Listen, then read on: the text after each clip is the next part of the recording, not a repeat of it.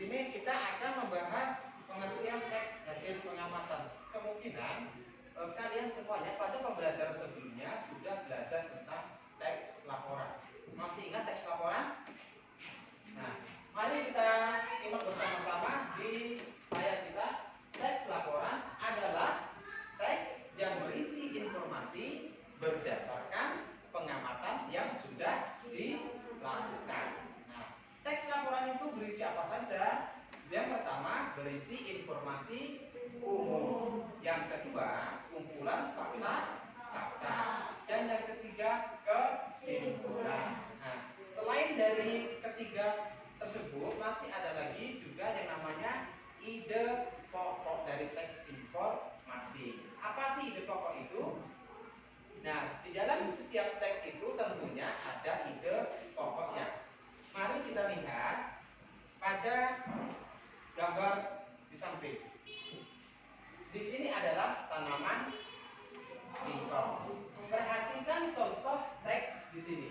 Selain nasi dan jagung sebagai makanan pokok masyarakat Indonesia, terdapat pula singkong.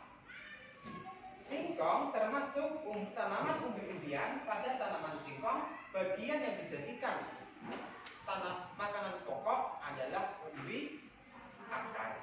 Dari teks yang sudah Pak Guru sajikan, apa ide pokoknya dari teks tersebut? Ananda Sofi, apa?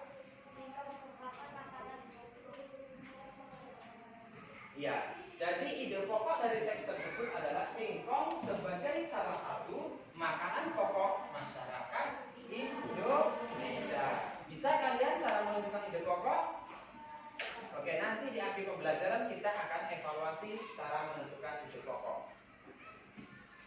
Selanjutnya, nah ini perhatikan perkembangbiakan tumbuhan secara generatif. Di sini kita akan membahas perkembangbiakan tumbuhan secara generatif. Perkembangbiakan generatif adalah perkembangbiakan yang terjadi melalui peleburan sel kelamin jantan dan sel kelamin betina.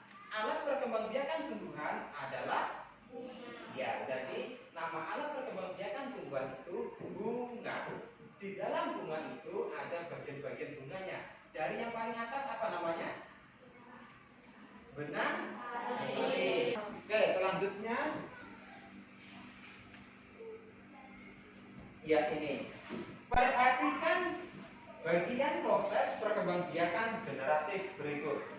Oke, diperhatikan, silakan ya ke depan semuanya. Perkembangbiakan generatif pada tumbuhan. Yang pertama di sini ada terjadinya peristiwa peleburan, yaitu serbuk sari atau sel kelamin jantan melebur dengan sel telur atau sel kelamin betina. Nah, peleburan menghasilkan zigot, kemudian zigot itu tumbuh menjadi embrio atau tunas tumbuhan di dalam biji. Biji berada di dalam buah. Biji yang ditanam akan tumbuh menjadi tumbuhan baru. Nah, kemudian tumbuhan baru tumbuh menjadi tumbuhan dewasa yang menghasilkan buah dan biji lagi. Paham sampai situ perkembangbiakan generatif? Nah, di sini macam-macam penyerbukan. Ada berapa macam-macam penyerbukan? Ada berapa? 4.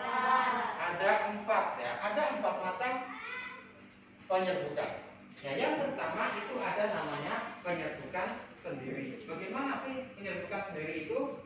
Penyerbukan sendiri itu serbuk sari jatuh di kepala putik pada bunga yang sama.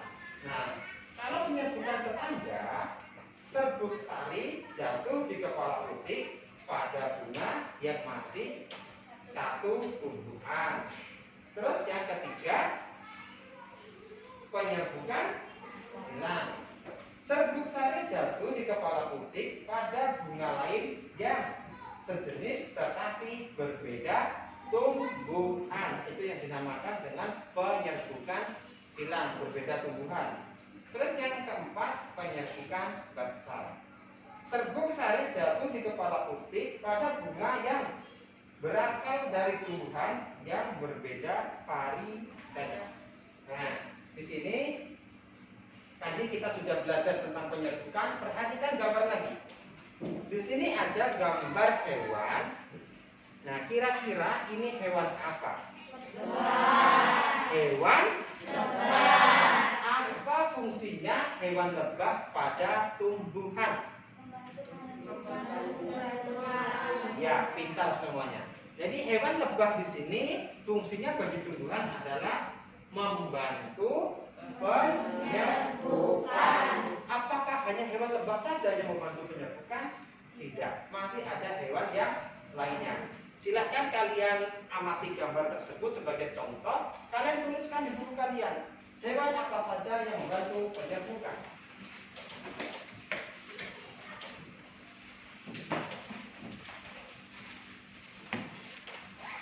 Silakan ditulis di bukunya, hewan yang membantu penyerbukan.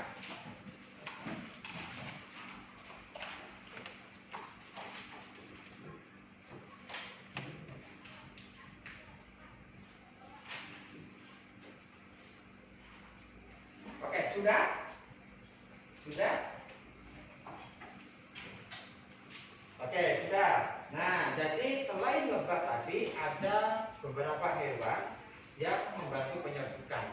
Silahkan Ananda Amel sebutkan hewan yang membantu penyerbukan. Ya, Ananda Amel menjawab kupu-kupu. Benar apa tidak? Iya, jadi selain lebah ada juga hewan yang membantu penyerbukan yang namanya kupu-kupu. Oke. Ada yang tanyakan? Kita lanjutkan.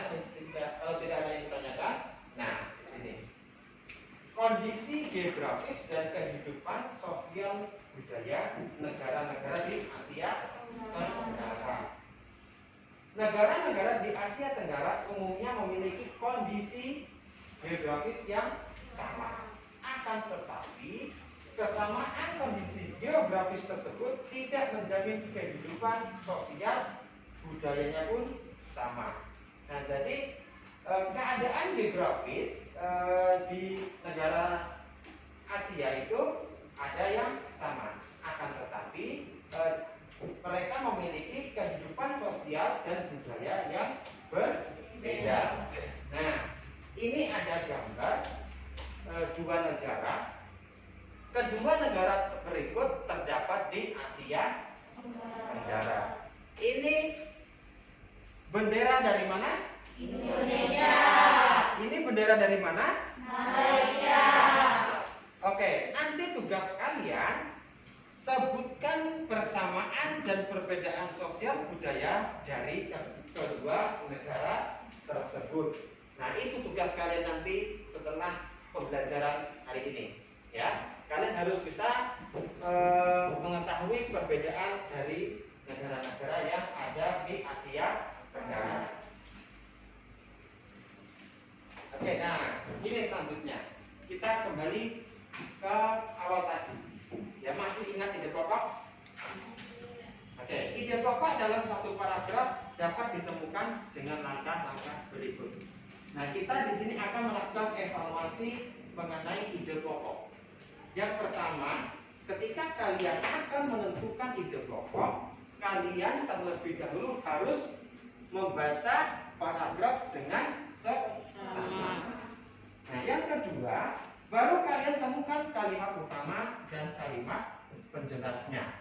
Yang ketiga, tentukan informasi yang terdapat dalam kalimat utama. Nah, setelah kalian menemukan ide pokok pada setiap paragraf, kamu dapat menulis ulang ide pokok tersebut dalam bentuk diagram. Nah, jadi kalian itu mencari ide pokok. Kalau sudah ide pokok dari setiap paragraf itu ketemu, kemudian kalian tulis menjadi diagram dalam bentuk diagram. Oke, perhatikan contoh diagram yang ada di depan. Berikut contoh penyajian ide pokok dalam bentuk diagram. Nah, di sini ada judul teksnya. Bebas kalian mau membuat diagramnya seperti apa, bebas, tidak harus seperti yang ada pada contoh di depan. Nah, kemudian kalian tentukan ide pokoknya dari setiap paragraf. Nah, di sini untuk teksnya, teks terdapat pada buku LKS tema 1 halaman 19 dan 20. Sudah dibuka? Oke, sudah dibuka semuanya. Yang berjudul peristiwa setelah proklamasi. Oke, silahkan kalian tentukan ide pokok dari paragraf pertama terlebih dahulu. Oke, tadi caranya bagaimana cara menentukan ide pokoknya? Dibaca dengan seksama. Sekarang kalian baca dengan seksama, kemudian tentukan ide pokok dari paragraf tersebut.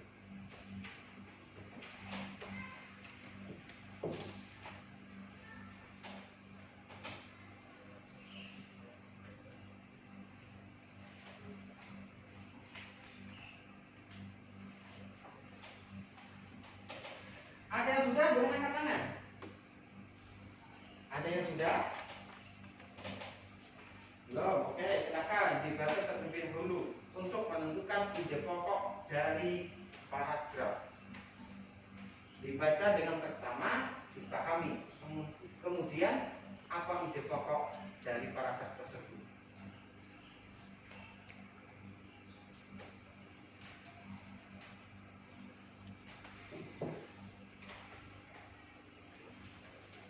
Sudah?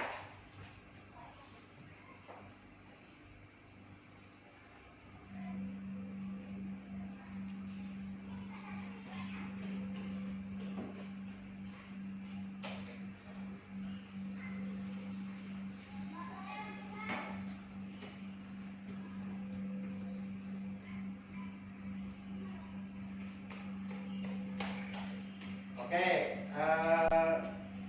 untuk menentukan ide pokoknya nanti dikerjakan di rumah. Jadi PR ya. Nah, untuk selanjutnya kalian tadi masih ingat cara menentukan ide pokok? Masih ingat? Cara menentukan ide pokok yang pertama adalah membaca teks dengan seksama. Kemudian, ayo kita lihat kembali. Kemudian temukan yang ketiga. Nah, itu adalah untuk menentukan ide pokok. Kemudian kalian masih ingat tadi apa hewan-hewan yang membantu berkembang biakan pada tumbuhan? Contohnya lebah, kuku. Jadi manfaat hewan bagi tumbuhan adalah membantu untuk penyerbukan. Oke. Nah, ada ditanyakan pada pembelajaran hari ini? Oke, jangan lupa tugasnya menentukan ide pokok, kemudian menentukan perbedaan pada dua negara tadi ya.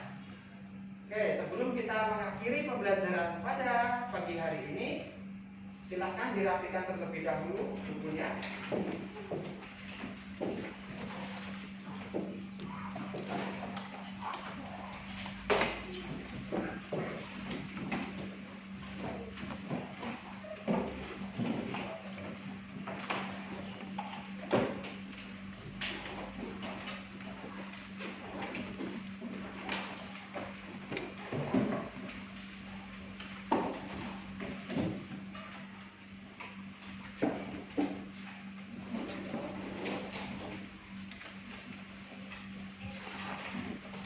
Oke, sudah?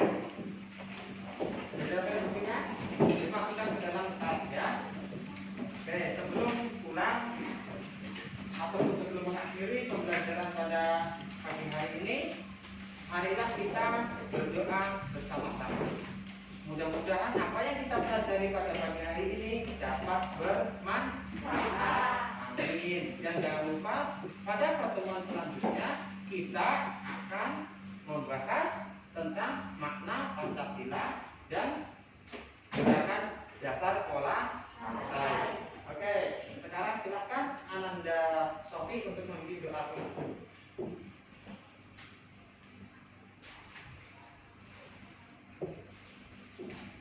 Teman-teman, sebelum kita pulang, marilah kita berdoa menurut agama dan kepercayaan masing-masing. Berdoa mulai.